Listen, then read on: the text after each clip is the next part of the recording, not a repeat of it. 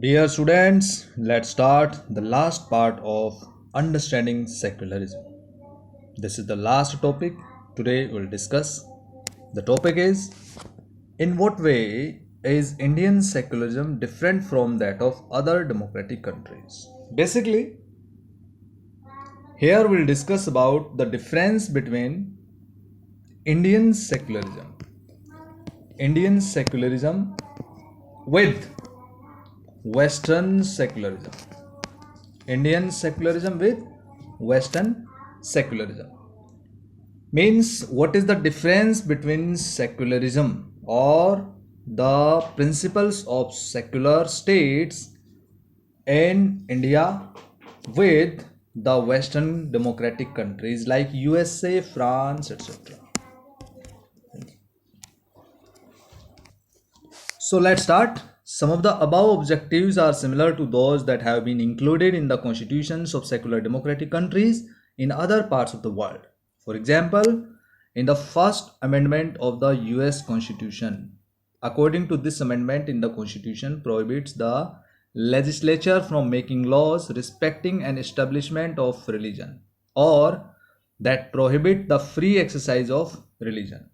Clear? It means religion is completely free in Western countries. Especially, we are talking about Western secularism and compared with Indian secularism. So, one thing we have understood that in Western secular countries, religion is completely free. It means there is separation of state from religion, separation from state and religion is completely followed, 100% followed. It means no in any other circumstances state can interfere in the religion or the religious matter. So try to understand what Western secularism is telling us. Western secularism is telling us that state will not interfere in the matter of religion in any circumstances. Clear? Whatever happen, whatever, but state or the government will not have any kind of interference in the religious matters, right?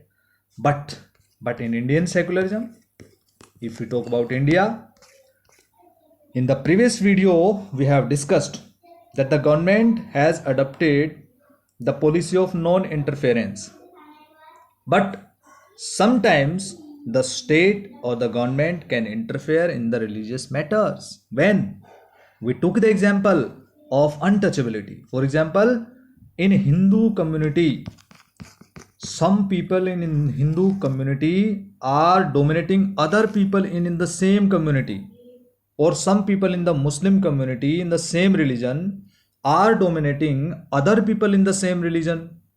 So the government can interfere. Getting my point? For example, to check the practice of untouchability or casteism, the government can interfere. The laws are against this kind of activity, and in the religious matter, the government can intervene, and the procedure can be in the judiciary, right, to protect these kinds of unfair means. But in the Western secularism, these kinds of activities are not followed.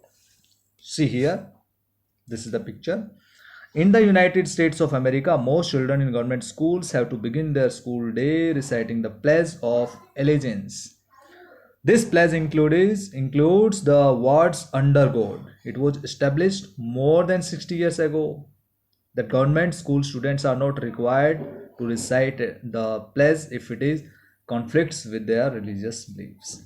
Despite this, there have been several legal challenges objecting to the phrase under God, saying that it violates the separation between church and state. Right here in the Western countries, church is completely free in its functions, and state also is free in its function.